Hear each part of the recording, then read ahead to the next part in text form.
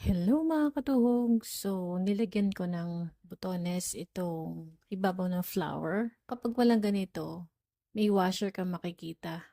Kaya dinikit ko siya para hindi siya halata. Dito sa likuran, nakita nyo naman, may takip din yon para hindi magagasgasan yung mga gamit na ilalagay sa loob. And then also nilagyan ko na rin siya ng label para dun sa bibili, maaalala niya ako kasi nakalagay dyan yung pangalan ng gumawa. Also dun sa mga nagtatanong sa mga parts ng hardware na ginagamit ko sa mga handmade bags.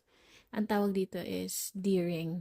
Iba't iba ng sizes ang meron nito. Usually pinagkakabitan ito ng hook or pwede mong idirekta na ilagay. So sa magkabila, yan ang gamit ko. Now, dito naman sa bagong ginawa ko na coin purse. So, worked in rounds. So, nag-start ako ng 6 single crochets up to round 5, yung increase niya. Tapos, gumawa akong 2 piraso. Nilagyan ko siya ng plastic canvas, katulad nito, para matibay.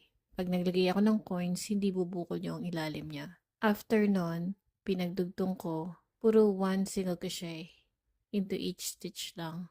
Hanggang sa umabot ako dun sa height na gusto ko. Nilagyan ko din siya ng label. And ito naman is yung sinasabi kong magnetic snap buttons na tinatahi.